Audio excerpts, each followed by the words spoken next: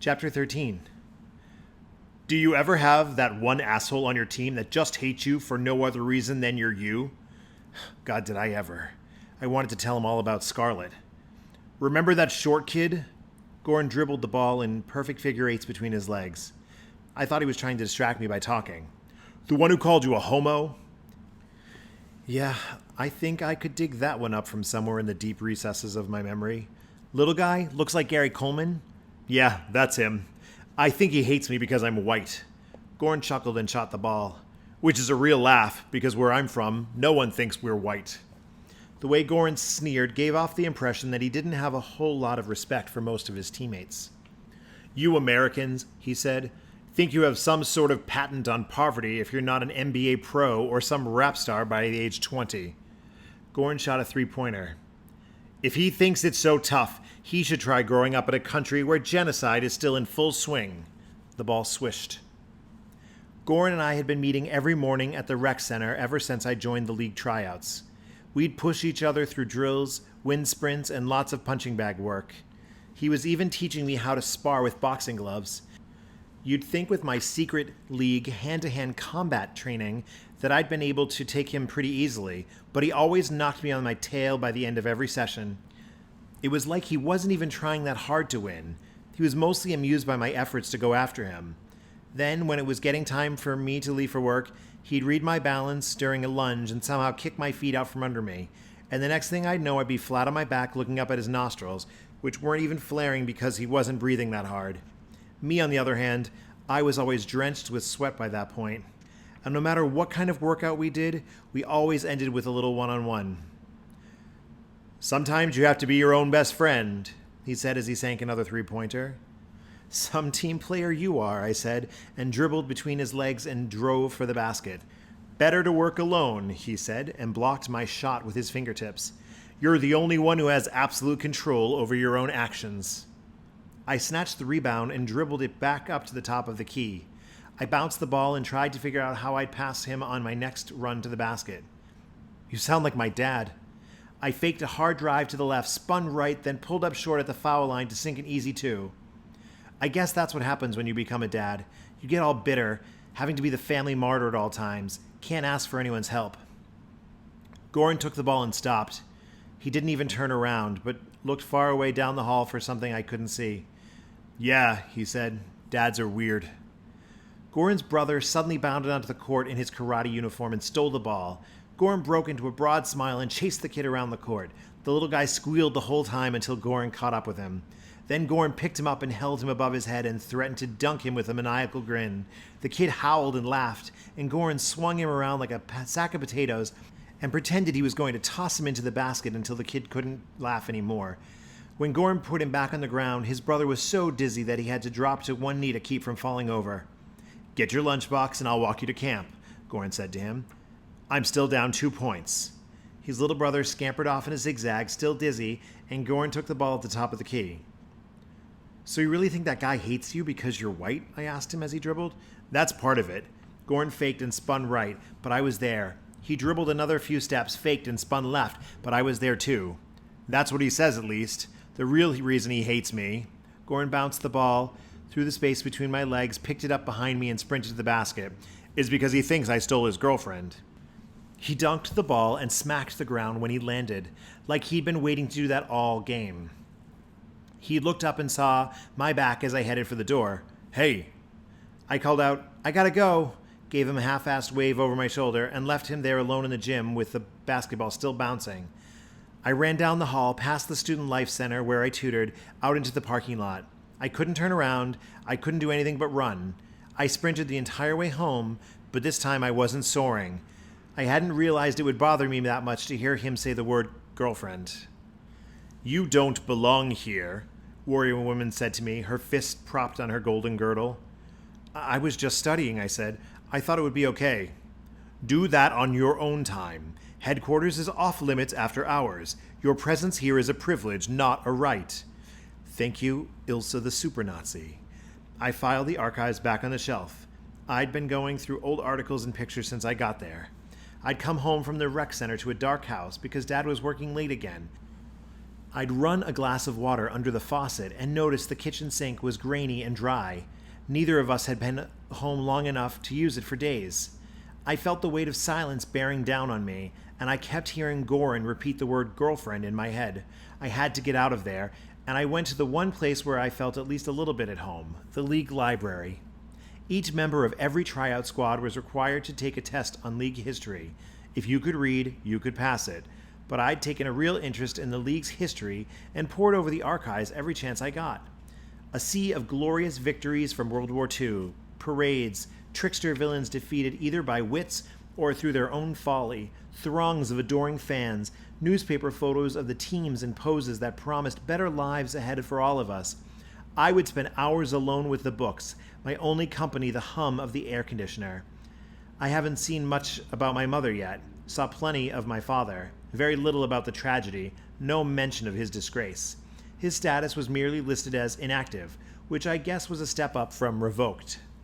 Warrior Woman apparently didn't trust me to leave on my own. She waited by the door with her trigger finger on the light switch. She smiled as I walked out the door, and I thought she was going to say something kind. Maybe you should spend more time learning how to use your powers instead. Everyone's a critic. I walked down the corridor to the locker room to get my dirty clothes. Even Typhoid Larry said they smelled bad, so I knew it was time for a wash. Probably time to keep more than one change of clothes in the locker, too. I held the old clothes to my nose. They smelled sour and stale. The laundry room and janitor's closet were on the top floor, near the exit to the observation deck. I thought I'd just drop the stuff in the wash before I left, and I could put it in the dryer when I came back in the next morning. The hall was slick and clean, and I could hear my boots squeak. When I turned the corner, I saw a light coming from a crack in the door to the observation deck. I poked my head inside, and the hinges squeaked as the door crept open. "Come in," Justice said without turning around. He stood with his back to me, his hands clasped and resting on the small of his back. I could tell his chin was lifted, his face raised to the heavens. A giant plate glass window stretched out in front of him. I hadn't realized the headquarters was this vast. He stared out into space. A giant telescope, something you'd see in a planetarium, stood on the other side of the room, pristine and ready for someone to look through it. I wondered how far away he could see with X-ray vision and a telescope. "Go ahead and take a look if you want." His body didn't move when he spoke.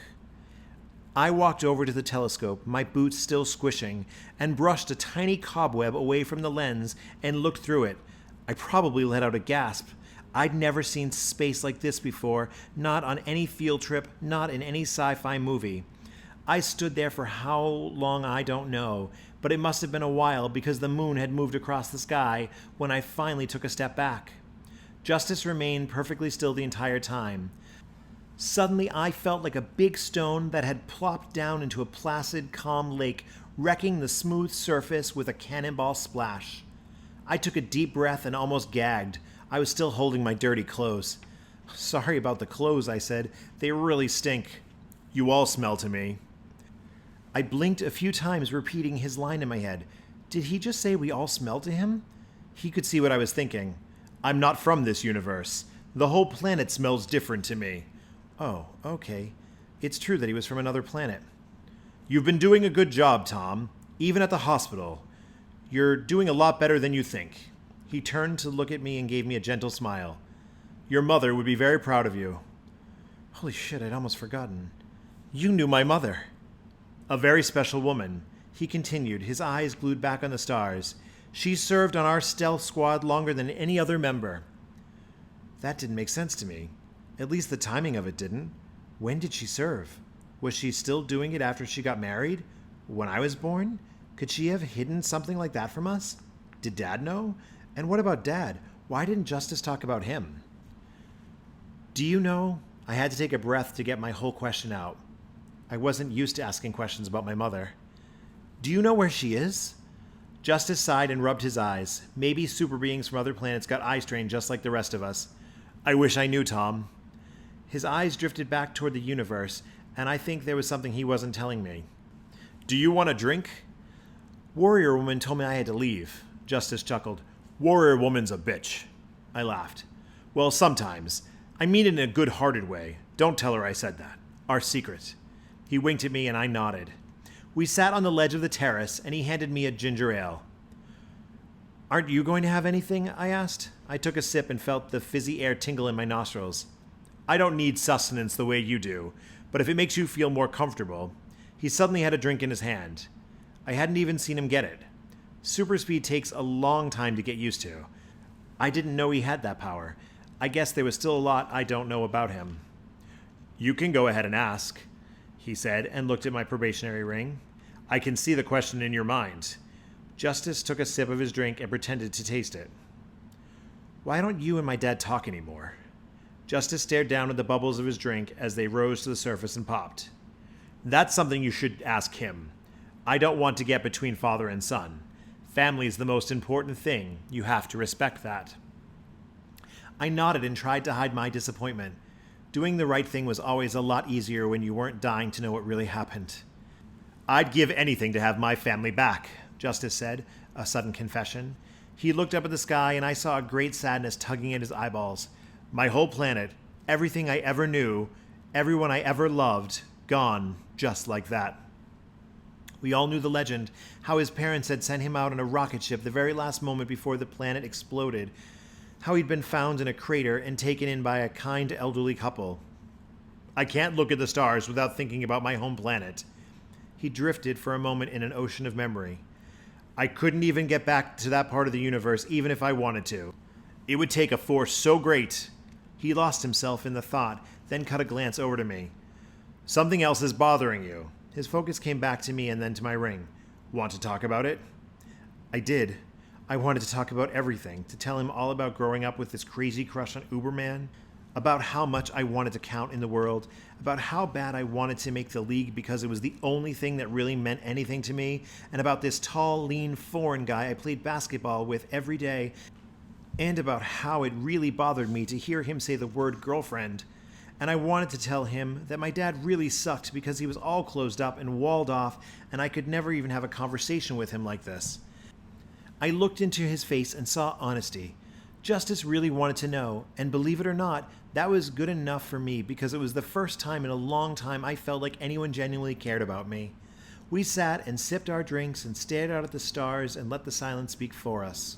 The moon was even lower in the sky, and I felt much better now, maybe a little high from all the sugar in the ginger ale.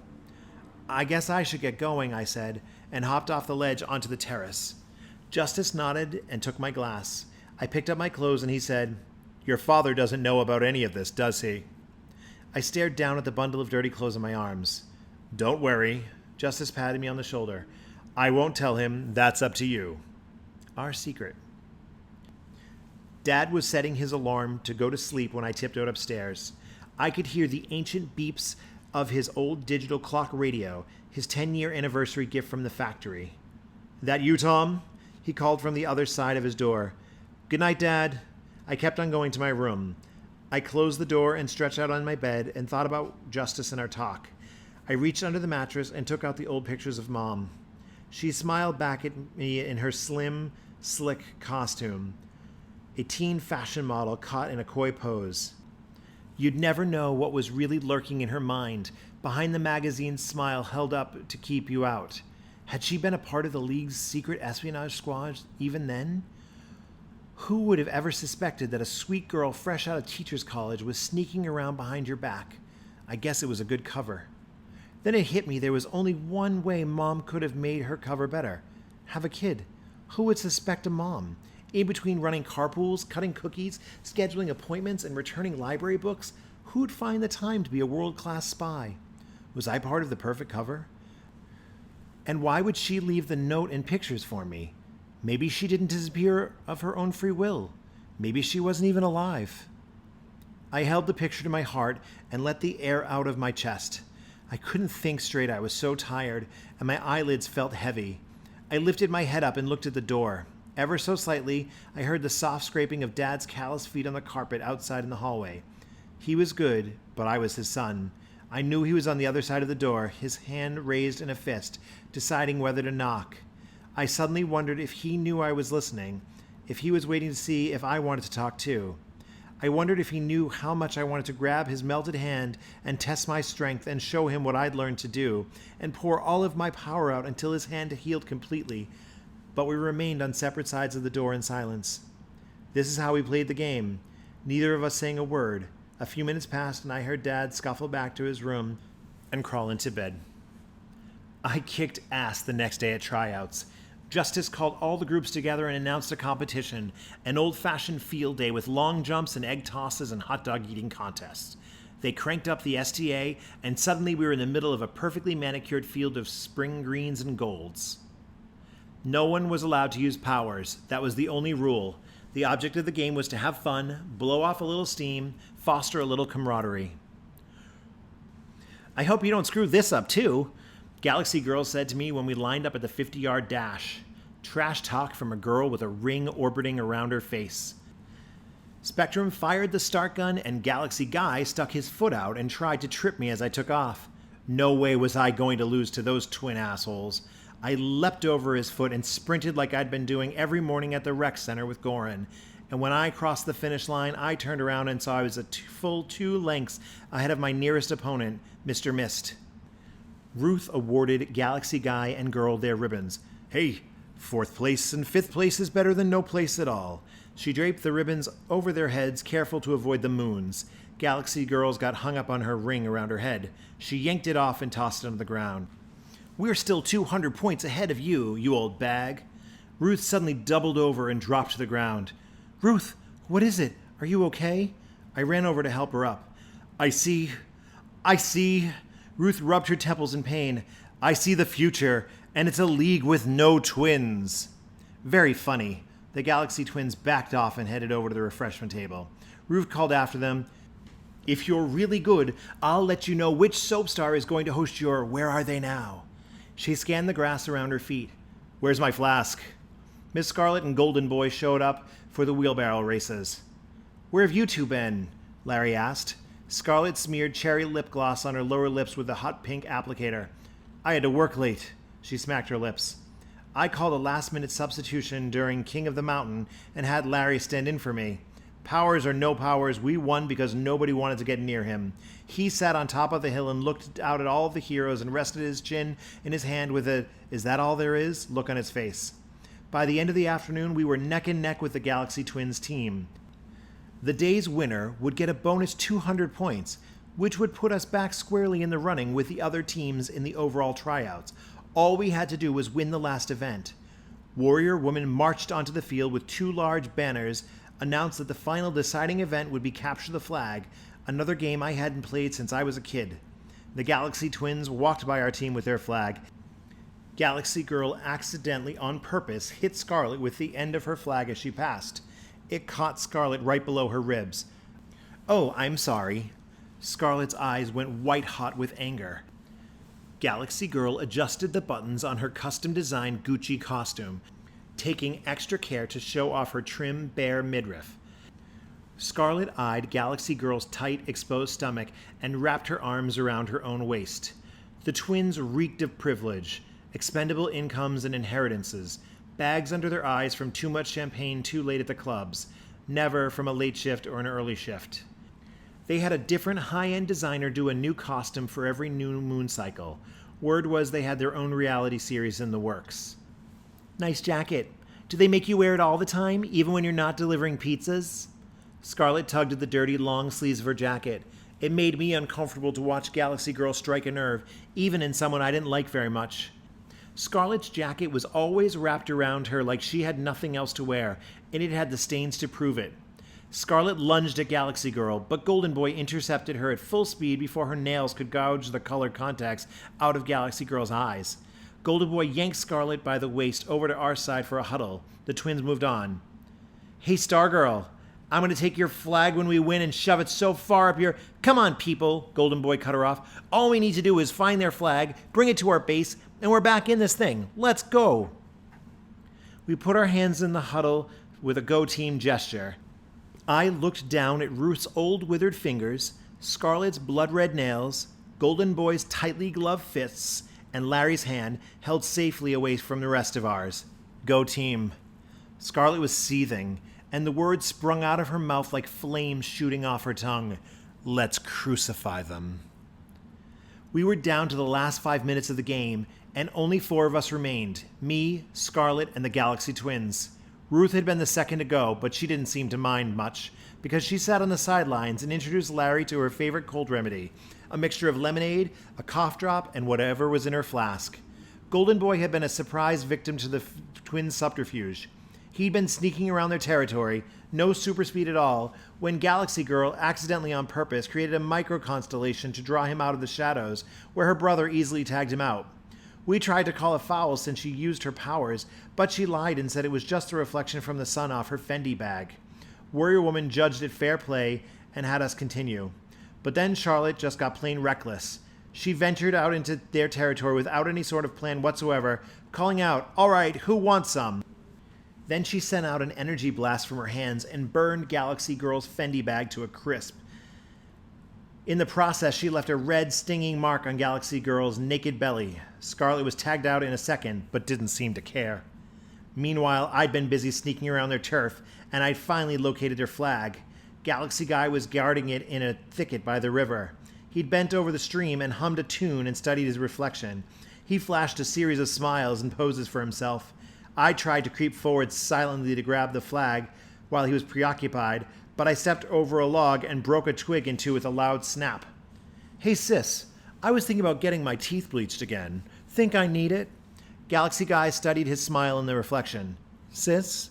He turned around, but I was already taking off with their flag. I ran as fast as I could. This was just another sprint, and even though I'd been giving it my best all day, I could still put on some extra pepper when we needed it most. Galaxy Guy was catching up to me, and I knew I had to kick it into high gear. I dodged a few of his teammates effortlessly, my basketball moves coming in handy. The crowd was cheering my name, and I saw all the league lined up out on the corner of my eye as I raced toward our side. Galaxy Guy used just enough of his stellar overdrive to make up for lost time without tipping off that he was using his powers. In a few seconds, he'd tag me out if I didn't do something. Then I looked forward and saw Uberman by the finish line, waiting with a dazzling smile on his face. I couldn't imagine anything better than winning the game in front of him and putting our team back in good standing. The cheers echoed in my ears, and it wasn't like the cheerleader squeals of a basketball game. This was different. These were the heroes I'd grown up admiring my whole life, and they were cheering my name. But Galaxy Guy was right behind me, and I could feel him reaching over to my shoulder, inches away from snatching back his flag. The cheers grew louder, and I focused hard on Uberman's crystal blue eyes and his radiant smile, and made my legs kick me ahead faster and faster. Then I saw Galaxy Girl fly into space in front of me. It was a clear violation of the no powers rule, but I knew that if I didn't get that flag over to my side, she'd find some reason to talk her way into victory, and I couldn't let that happen. I wouldn't let my team down. She swooped down, low enough to dive tackle me. I mustered every last iota of energy in my thighs and jumped above her as high as I could, like I was in my third and final try at the long jump at the Olympics, and this one was for the gold. I heard the crowd gasp and collectively hold their breath as my trajectory sent me high up in the air. I barely cleared Galaxy Girl, and I landed on the other side in a tumble and rolled over to the flagpole holder without spearing myself. Galaxy Girl ended up connecting headlong with her brother, who chipped his front tooth on her satellite when they collided. My forehead smacked the leather shin of Uberman's boot, and I looked up. "Hi there." Uberman looked down at me and grinned. "Looks like you're the winner." I popped up in my feet and lifted the flag into the air. The crowd went wild, and it felt great. Even Scarlet and Golden Boy were whooping and hollering. Everyone in the world should have at least one moment in their lifetime when an entire crowd of people cheers them on for something. One moment to feel exceptional. One moment that lets you know you really do mean something in the universe. You just have to put the flag in the holder, you know," Uberman reminded me, never breaking his smile. Of course I did. I played it up for the audience. I gripped the flagpole with both my hands. I held it high above my head and swung it around. The cheers grew louder. I went to plunge the pole into the holder, Beowulf delivering the final blow to Grendel, and swung down with all my might. The flag never reached the holder. A lone, impossibly strong hand gripped my wrist in a vice grip and stopped the flag in midair. I looked up, startled. It was my father.